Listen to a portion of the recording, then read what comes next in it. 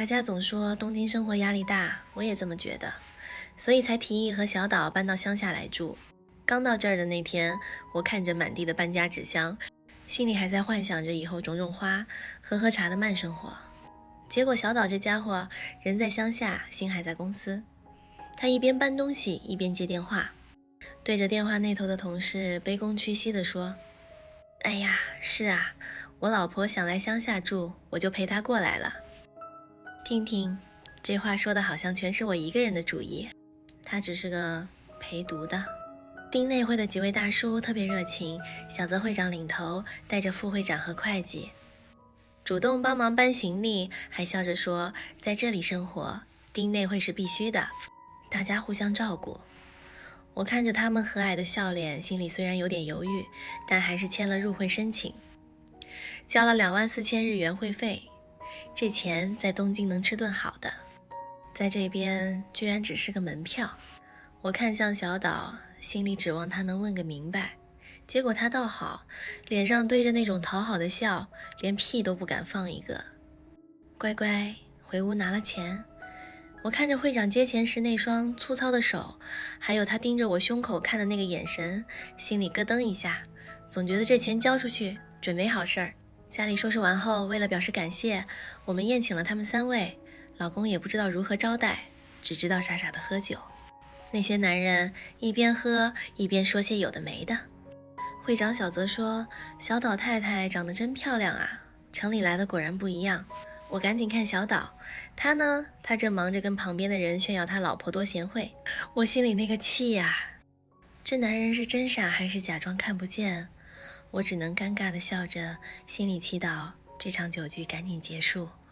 最离谱的事儿来了，町内会组织了夏天的露营活动，丈夫临时有紧急工作走不开，我本想拒绝，可会长他们反复强调，原则上全员参加，尤其是新居民要多融入，还说太太一个人来也没关系，大家会照顾你的。我们犹豫了半天，最终还是答应了。出发那天，我背着包站在路边，丈夫叮嘱我注意安全。我笑着说，放心吧，就2天，心里却莫名涌起一丝不安。乡下的夜晚，会不会太安静了？我的手不自觉地按在胸口，试图平复那隐隐的慌乱。会长开着那辆破车来接我，我坐上车，心里还存着一丝侥幸，觉得肯定还有别的太参加。结果别说太太了，连根女人的头发都没看见。营地到了，大家围着篝火喝酒聊天，起初气氛还算轻松，我喝了一点酒，脸上微微发烫，笑着和大家聊天。可渐渐的，男人们的话越来越露骨。有人开玩笑说，太太这么漂亮，丈夫不在，岂不是太可惜了？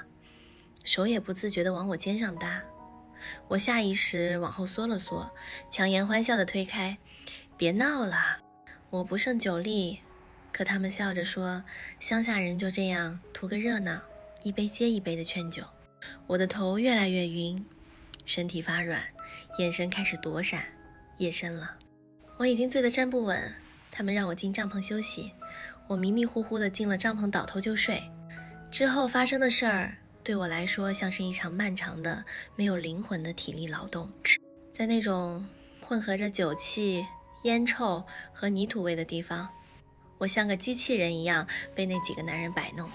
第2天一早，老公打来电话，问我玩得开不开心。他哪里知道自己的头上已经长了一大堆绿油油的草了。他们几个听见了老公说下午来接我回家，然后相互一笑，默默地说，得抓紧时间哦，我预感到大事不妙，又要遭殃了。这次他们3个几乎没有任何停顿，像3台开足马力的发动机，足足高速运行了5个小时。我的个妈呀！下午回到小镇时，我的腿软到走不动路了。小岛已经等在那里了，会长一个劲地向他称赞，你老婆武功真好，这个呆子竟没听懂什么意思。我看着他那副窝囊样，心里平静的连恨都省了。南，对不起啊，会议真的太长了。他接过我的包，讨好的跟我说，没事，我玩得很开心。我故意当着会长的面说，脸上的表情连我自己都觉得假。但他居然信了，还在那儿如释重负地笑了。我转头看着远处的山林，心里想着，这地方的风景确实不错，可惜里面藏着的东西太脏了。